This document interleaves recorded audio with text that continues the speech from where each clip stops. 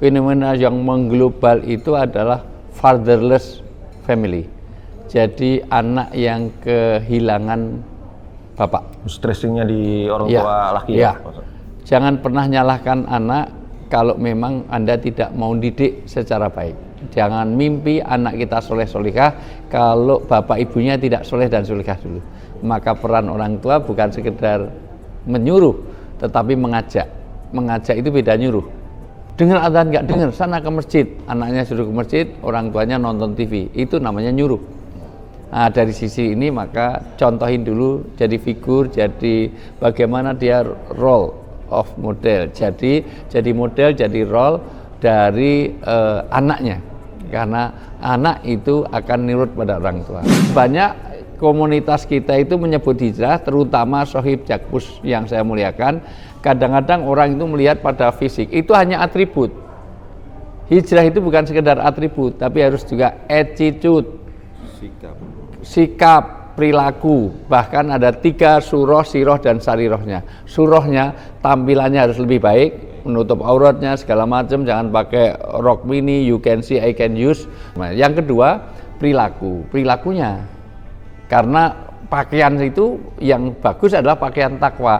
Pakaian takwa itu bukan sekedar jilbabnya. Kalau hanya jilbab, orang Australia sekarang hijrah semua, wong musim dingin semuanya pakai jilbab, itu semuanya. Tapi bukan itu, maka tidak bisa kita mengukur hijrah hanya dari tampilan fisik.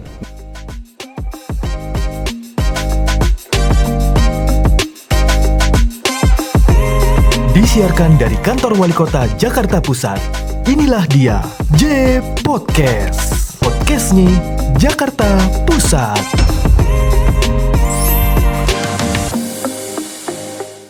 Assalamualaikum warahmatullahi wabarakatuh. Waalaikumsalam. Hai Sohib Jakpus, kita ketemu lagi di J Podcast, podcastnya Jakarta Pusat. Dan ketemu dengan saya kembali, Bang Iman, yang akan memandu acara J Podcast kali ini. Oke Sohib Jakpus, edisi J Podcast kali ini bertepatan dengan peringatan bulan Muharram.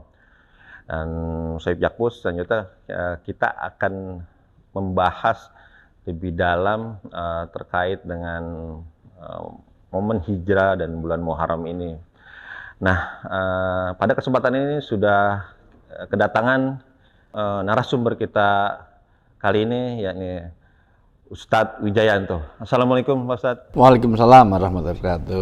Apa kabar Pak Ustadz? Aman, terkenali, sehat, 86. Siap Ustadz. 86 Sohib Jakpus. Nah, kita juga mudah-mudahan selalu sehat dan 86 seperti Pak Ustadz tadi bilang, sehingga kita selalu bisa beraktivitas menggapai ridho ilahi dalam sehari-hari. Amin amin ya rabbal alamin. Oke, Pak Ustadz, kita akan mendalami tentang peristiwa Muharram, bulan Muharram dan peristiwa hijrah. Banyak angle atau sudut yang bisa kita ambil dari peristiwa hijrah ini. Tapi kita ada pertanyaan yang umum mungkin, tapi mungkin Pak Ustadz bisa jelaskan kenapa sih Pak Ustadz bulan Muharram itu bisa dikaitkan dengan peristiwa hijrah, Pak Ustadz? Ya, pertama karena memang Muharram adalah bulan pertama di dalam penanggalan Islam. Ini kenapa kok tidak pakai Masehi? Kenapa pakai hijrah? Meskipun sejarahnya itu perdebatan antara dimulai dari hijrah dulu atau perkawinan Rasulullah. Ini dimulai dari kapan? Atau dari mau kawin Rasulullah kawin beberapa kali nanti susah. Atau Isra Mi'raj, atau kapan diutusnya jadi nabi. Akhirnya disepakati itu dimulailah dengan hijrahnya Rasulullah dan para sahabat. Karena satu, itu menghindarkan kultus individu, supaya Islam itu tidak mengenal antropomorfisme. Intinya adalah kita bukan Muhammadanism, bukan. Meskipun ada Muhammadiyah, tetapi itu nama organisasi. Ini supaya tidak terjebak, maka pakainya hijrah. Dengan hijrah, yang hijrah tidak hanya Rasulullah, dengan para sahabat. Ini pertama. Kedua, hijrah merupakan esensi dalam kehidupan. Hidup ini ada karena ada hijrah. Kalau nggak ada hijrah, hijrah adalah asas gerak. Hijrah ini adalah asas move. Jadi hidup ini ada karena ada hijrah. Bumi ini bisa kita tempati karena dia ada taket intikoli namanya, ada gerak. Sebagaimana asas Islam. Islam itu artinya jalan, thoriqoh artinya jalan, suluk artinya jalan, syariat artinya jalan. Orang di jalan harus bergerak. Baik. Harus hijrah. Kalau di jalan diem terus itu namanya bukan jalan, itu parkiran. Nah, maka orang Islam hari ini harus lebih baik dari kemarin. Itu hijrah. Baik. Besok hari ini. Sohib Jakpus untuk tahun depan harus lebih baik dari tahun ini. Semua ASN yang di Jakpus harus lebih baik tahun ini. Amin. Itu namanya hijrah. Baik. Kesejahteraan, gaji karyawan tahun ini harus lebih baik dari kemarin. Amin. Tahun depan gini pasti diaminin. Saya tahu persis ya itu. Siap. Jadi inilah namanya hijrah. Baik. Nah, jadi ke depan lebih baik hijrah. Inilah awal kenapa disebut dengan hijrah menjadi awal penanggalan sejak Khalifah Umar bin Khattab. Tetapi prinsipnya hijrah ini adalah satu momen di mana penanggalan Islam itu dimulai. Dan hijrah menjadi esensial karena agama Islam ini memang asasnya hijrah. Baik. Yaitu asasnya gerak. Bumi ini kalau berhenti berputar, nggak gerak, mati kita. Baik. Tanda orang bayi itu kan hidup kalau ada gerak di dalam. Kalau sudah 8 bulan, 9 bulan nggak ada gerak, alamat bayi itu mati di kandungan. Baik. Nah, jadi darah dalam tubuh gerak. Pokoknya semuanya gerak. Baik. Iya. Pak Ustadz tadi singgung soal hijrah itu bergerak gitu. Iya. Nah, dalam artian gerak mungkin kita bisa tidak bisa hanya satu kita artikan secara fisik ya. Mungkin bisa pola pikir dan sebagainya. Jelaskan. Hijrah paling tidak ada 6 yang harus ini secara esensial. Satu, hijrah itu pada su'uriyah, yaitu hijrah secara fisik, iya. Fisik pun ada 2, fisik secara pribadi atau fisik secara makannya. Makannya itu pindah tempat. Mekah nggak terlalu strategis untuk dakwah, maka pindah ke Madinah, itu tempat. Secara fisik, ya bagaimana kita menjadi lebih baik secara fisik. Orang itu jangan sampai sakit-sakitan menjadi sehat. Dari sakit menuju sehat itu hijrah. Baik. Dari tampilan yang menutup aurat, dari tadinya buka-bukaan jadi nutup aurat, itu ya. Tapi itu tidak cukup. Karena banyak komunitas kita itu menyebut hijrah, terutama Sohib Jakpus yang saya muliakan. Kadang-kadang orang itu melihat pada fisik, itu hanya atribut. Hijrah itu bukan sekedar atribut, tapi harus juga attitude. Sikap, perilaku, bahkan ada 3 surah, siroh, dan sarirohnya. Surahnya tampilannya harus lebih baik, menutup auratnya segala macam, jangan pakai rok mini, you can see, I can use, atau kita yang tadinya pokoknya kaitannya dengan tabarruj dan sebagainya. Yang kedua, perilakunya. Karena pakaian itu yang bagus adalah pakaian takwa. Pakaian takwa itu bukan sekedar jilbabnya. Kalau hanya jilbab, orang Australia sekarang hijrah semua, wong musim dingin semuanya pakai jilbab. Itu semuanya. Tapi bukan itu. Maka tidak bisa kita mengukur hijrah hanya dari tampilan fisik. Maka perilaku. Yang ketiga lebih penting etikadiyah, keyakinan kita. Bahkan fikriyah. Jadi hijrahnya dari kebodohan menuju orang lebih cerdas, lebih pintar, itu hijrah. Maka sekolah itu adalah gerakan hijrah. Baik. Dari bodoh menjadi pintar, dari kotor menjadi bersih, itu hijrah. Dari zona nyaman menuju sesuatu yang lebih oke lagi. Nah, itu jadi menuju yang lebih comfortable, itu namanya hijrah. Oke, Sohib Jakpus. Esensi hijrah tadi Ustadz sudah jelaskan, ada penampilan, terus perilaku dan terakhir pola pikir, bahkan hati. Bahkan dicontohkan salah satu itu sekolah, bahkan dari gelap, bahasa Islamnya minaz zulumati ilan nur. Nah, dari kegelapan menuju terang. Oke, Ustadz, kita lanjut berikutnya. Kita akan seperti saya singgung awal tadi, hijrah banyak yang kita bisa ambil sudut pandangnya. Tapi kami tim Podcast ingin menggali di dalam hijrah terkait dengan kita membentuk suatu keluarga yang ideal. Bahkan dalam Islam kita kenal dengan keluarga samara, sakinah, mawaddah, warahmah. Pertama, kata sakinah itu adalah dinamis. Baik. Itu seperti negara adil dan makmur. Selamanya tidak akan tercapai. Kapan adil dan makmur? Itu satu hope, satu al-amalu, namanya satu harapan, target yang memang, maka belajar. Baik. Terus sampai mati, kita sampai akhir hayat, sampai pernikahan itu menjadi sakinah. Baik. Itu kita belajar terus, karena untuk sakinah yang tahun ini beda dengan untuk sakinah tahun depan. Tantangannya beda, kondisinya berbeda. Artinya bukan sesuatu yang statis maksudnya? Iya, nggak statis, dia satu dinamis. Itu. Yang kedua, sakinah itu dibangun dengan mawaddah warahmah. Sebetulnya kalau ini salah kaprah, sakinah itu wujud ketenangan, dibangunnya dengan mawaddah warahmah. Jadi keluarganya keluarga sakinah. Nah, mawaddah itu satu alat interaksi cara untuk bagaimana mencapai sakinah itu. Sakinah itu ada 5. Nah, ini karena keterbatasan waktu, tapi saya ini. Siap. Kapan keluarga dibuat sakinah? Sakinah artinya aman, tentram, nyaman. Maka keluarga yang sakinah ketika dia merasa ada ketenangan, ada nyaman. Nah, dari kantor pengen segera pulang, homesick, itu dia sakinah. Tapi kalau di rumah dia merasa nggak kerasan, nggak nyaman, berarti dia tidak sakinah. Yang kedua, sakinah artinya optimistis. Ini sih kita ambil dari ayat Quran ya. Siap. Ya. Orang Arab itu kalau tanya rumah, itu aina taskun, di mana kamu bersakinah. Karena rumah kita jangan hanya sebagai tempat istirahat. Itu bukan rumah, itu hotel. Rumah kok hanya untuk makan, itu restoran, bukan rumah. Rumah hanya untuk istirahat, itu halte. Rumah kok hanya untuk apa? Jadi rumah ini bukan untuk tempat tidur, bukan. Rumah itu harus jadi maskan. Maskan itu sakanun. Dalam bahasa Inggris ada house, ada home. Gagal teman-teman sohib Jakpus ini kalau rumah kita hanya sebagai house. Harus jadi home. Maka yang terjadi bukan homesick, tapi homesick. Baik. Yang kedua, rumah ini harus jadi optimistis untuk seluruh keluarganya ke surga. Maka baiti jannati, rumah itu yang mengantarkan ke surga. Kalau rumah tidak mengantarkan ke surga, nggak usah bikin rumah. Baik. Itu gagal punya rumah. Yang ketiga, itu rumah itu untuk tidak ada kecurigaan. Itu dipakai Allah untuk perjanjian Aqobah. Karena waktu perjanjian Aqobah itu, mohon maaf, orang-orang yang baiat tidak semuanya akrab. Dan maka ketika orang tidak ada kecurigaan suami kepada istri, istri kepada suami, kepada anak, orang tua, maka itu berarti dia belum ada sakinah. Artinya saling trust. Yang keempat, sakinah artinya tidak saling menyakiti. Ini dipakai Allah dalam surat Yusuf ayat 31.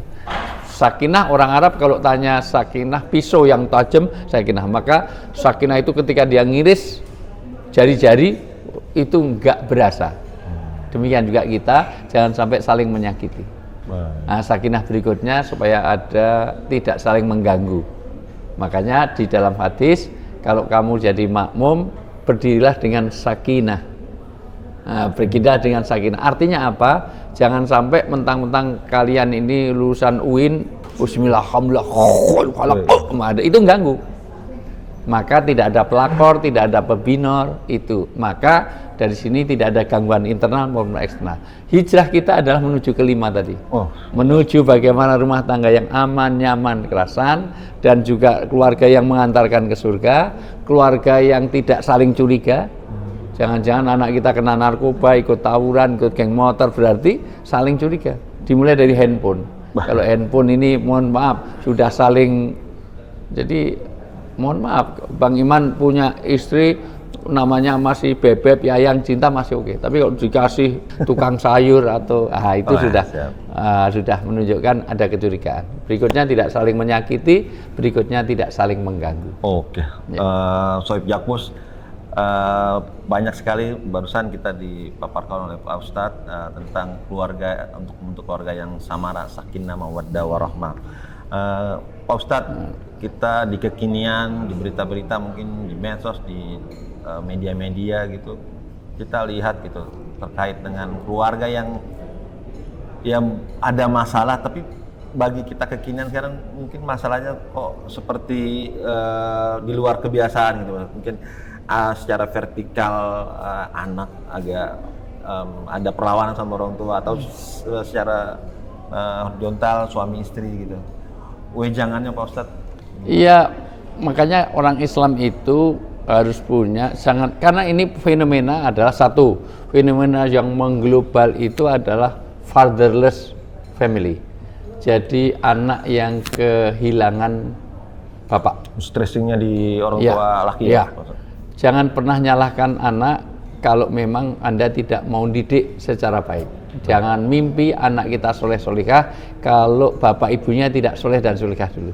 Maka peran orang tua bukan sekedar menyuruh, tetapi mengajak. Mengajak itu beda nyuruh.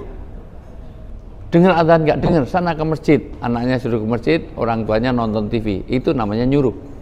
Nah, dari sisi ini maka contohin dulu jadi figur, jadi bagaimana dia role of model. Jadi model, jadi role dari anaknya. Karena anak itu akan nurut pada orang tua. Ini pertama. Kedua, kalau ibu jadi sekolah anak, orang tua laki-laki bapaknya itu jadi kepala sekolahnya. Nah, ini menjadi penting. Nah, maka harus ada dialog, ada itu. Loh, tapi saya sudah nyarikan uang. Itu bukan kepala sekolah, itu ATM. Itu, oh, tapi saya sudah betul ini itu. Kalau betulin rumah tangga itu bukan kepala sekolah, itu penjaga sekolah. Orang tua 17 ayat dalam Al-Quran itu dialognya kepada siapa? Laki-laki bapaknya dengan anaknya, dari mulai Luqman, dari mulai Yakub, dari mulai Ibrahim, dari semuanya dialog antara orang tua dengan anak. Sekarang komunikasi sudah jarang. Bagaimana anak punya komunikasi? Maka kalau boleh saya singkat, setiap kita ini kalau mau betul-betul serius ya, hindarkan semua permasalahan dalam rumah tangga, lakukan 5. 1, setiap hari ada me time. Seluruh keluarga maksudnya? Iya, seluruh keluarga. Me time. Me time itu bukan untuk manicure, pedicure, cukur, bukan. Me time adalah waktu untuk Tuhannya.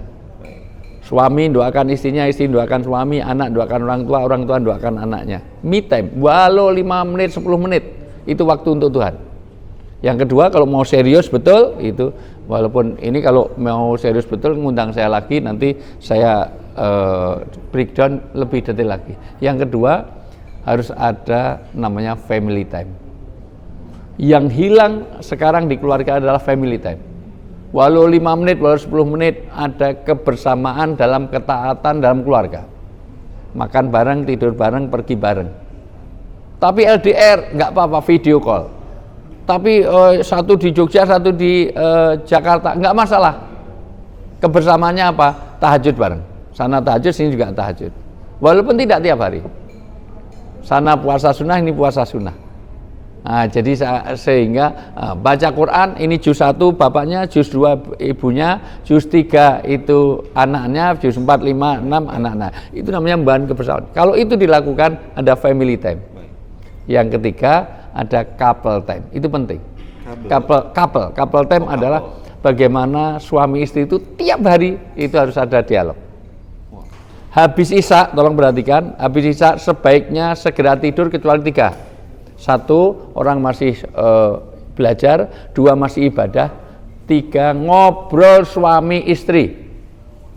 Ngobrol suami istri sendiri, bukan istrinya orang, ya. Ngobrol suami istri sendiri, ini aneh. Ngobrol yang tidak penting, catat baik-baik ya, catat baik-baik. Ngobrol yang tidak penting aja itu penting. Nggak apa-apa, obrolin. Itulah pentingnya komunikasi Pak Ustadz ya, antara suami istri. Iya, suami istri. Sebelum tidur ngobrol, sampai pagi pun malaikat senang. Suami istri ngobrol. Walaupun ngobrolnya nggak penting, wah itu tembok di laut itu, 30 kilo itu habis biaya berapa? Nggak apa-apa, obrolin. Itu baik. Gitu. Tapi kok 300 triliun disandra sama Dewi misalnya. Udah, itu segala macam. Itu Anda obrolkan aja. Yang berikutnya adalah kalau ada social time, waktu untuk memberi manfaat bagi orang lain. Yang super terakhir itu ada study time, belajar agama. Walau 1 ayat, walau 1 hadis. Orang Islam itu mau suami, mau istri, mau anak-anaknya. Kalau 5 ini dilakukan, insya Allah masalah itu cukup. Ada family. Ya. Keluarga ideal, intinya komunikasi di antara anggota keluarga, kemudian mau belajar dan belajar terkait sesuatu. Ustadz, ini yang terakhir, kita tahu semua keluarga adalah unit sosial yang terkecil dalam suatu komunitas itu, suatu negara, dan dari keluarga inilah akan terbentuk generasi-generasi emas yang akan memimpin bangsa ini ke depan.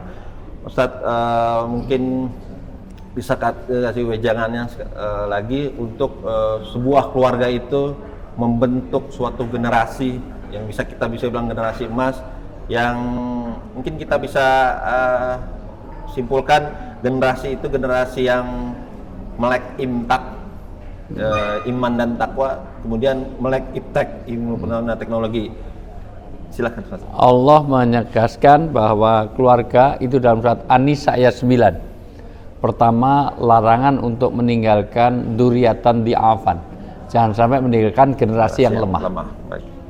Lemah apanya? Lemah 3 hal. Ini penting sekali. Jangan sampai lemah fisiknya, Baik. rongga perutnya. Maka jangan sampai ada generasi yang stunting. Stunting, tumbuh kembang, tumbuhnya bagus, perkembangannya jelek, orangnya mungkin gede besar itu pemenuhan gizi, tapi lolak-lolok O2N, maka dia stunting juga. Atau orangnya cerdas tapi kerdil, itu juga stunting, maka rongga perut. Yang kedua rongga kepala, yaitu anak dikasih pendidikan, ilmu-ilmu yang beri manfaat. Baik. Karena ilmu itu imamul amal, ilmu itu memandu amal kita. Baik. Yang ketiga adalah rongga dada. Ini jauh lebih penting. Hati. Hati kaitannya dengan akhlak, kaitan dengan akidah. Oh ini baik, ini nggak sopan, ini segala. Sekarang mana ada kesopanan itu sudah ditinggalkan. Nah, akhlak, budaya aja sudah ditinggalkan. Padahal itu bagian dari agama. Agama itu membicarakan tentang innama bu'istu liutammima akhlak. Sebenarnya aku ini diutus untuk menyempurnakan akhlak manusia. Jadi kalau rongga perut kita penuhi, ya sandang, pangan, papan penting. Yang kedua rongga kepala, kasih ilmu pengetahuan yang bermanfaat. Yang ketiga rongga dada. Anak itu dikasih bagaimana dia mau beribadah dan dia punya akhlakul karimah. Nah ini kalau tiga ini kita bangun, dan inilah untuk mencetak generasi imtak dan iptek yang mulai. Jadi bukan hanya imtak-iptek, tapi juga fisik. Siap. Secara fisik bagus, pikiran bagus, tapi rongga dadanya juga bagus. Sohib Yakbus, 3 rongga yang perlu kita isi sebagai orang tua untuk anak-anak kita, yaitu pertama rongga perut, artinya makanan ya Pak Ustaz. Makanan, fisik, sandang, pangan, gizi. Tentunya yang halalan thayyiban. Dan akan membentuk generasi yang sehat, yang tidak stunting dalam artian fisik dan pola pikir. Kemudian rongga otak atau rongga kepala diisi dengan ilmu, baik itu ilmu agama dan ilmu umum. Kemudian terakhir rongga dada, yaitu membentuk hatinya yang bersih untuk menjalani kehidupan berikut bagi anak-anak kita. Sohib Yakbus, lengkap rasanya dialog kita dengan narasumber kita Ustadz Wijayanto, terutama membahas tentang bagaimana kita membentuk suatu keluarga yang dalam Islam kita kenal dengan sakinah, mawaddah, warahmah. Kemudian poin berikutnya ada kata yang menarik bahwa memang ibu adalah madrasah pertama untuk anak-anak. Tapi ada kepala sekolahnya di situ yang lebih penting. Yang penting yaitu seorang ayah. Kemudian untuk kita membentuk suatu generasi emas untuk anak-anak kita, untuk membangun bangsa dan negara ini. Tadi Pak Ustadz sudah menjelaskan kita perlu penuhi kebutuhan-kebutuhan baik secara fisik, terus kemudian secara rohani juga. Oke, Sohib Yakbus, lengkap sudah dialog kita kali ini. Mudah-mudahan banyak manfaat, hikmah yang bisa kita ambil pada kesempatan kali ini. Salam sehat selalu, mudah-mudahan kita bisa bertemu di lain waktu. Terima kasih Pak Ustadz sudah hadir di studio kami, hadir di J Podcast. Mudah-mudahan kita sehat selalu. Amin, Ustadz, amin. Terakhir mungkin ada salam khusus untuk Sohib Yakbus. Untuk Sohib Yakbus, bahwa hidup ini adalah dinamika. Kenapa hijrah menjadi sesuatu yang sangat penting dalam kehidupan kita? Karena latar kabuna tobakan atobak. Kalian harus meningkat setingkat demi setingkat. Kata new kid on the block, step by step. Untuk itu step by OBB ya gitu ya. Maka Sohib Yakbus semuanya pastikan kita punya azam, punya niat, kita memperbaiki diri, Innallaha la yughayyiru ma biqaumin hatta Hatta. yughayyiru ma bi anfusihim. Setiap hari kita membuat taghyir, membuat perubahan. Segala hidup ini adalah karena ada perubahan. Semua sedang berubah kecuali perubahan itu sendiri Oke. yang tetap. Oke, Chef Jakpus, kita tidak akan berubah kecuali anfusahum, kecuali diri kita sendiri. Oke, salam sehat. Mudah-mudahan kita bertemu kembali dalam kesempatan di lain waktu. Pantengin terus channel Jakarta Pusat. Wabillahi taufiq wal hidayah. Wassalamualaikum warahmatullahi wabarakatuh. Waalaikumsalam warahmatullahi wabarakatuh. Ustaz, makasih Ustaz.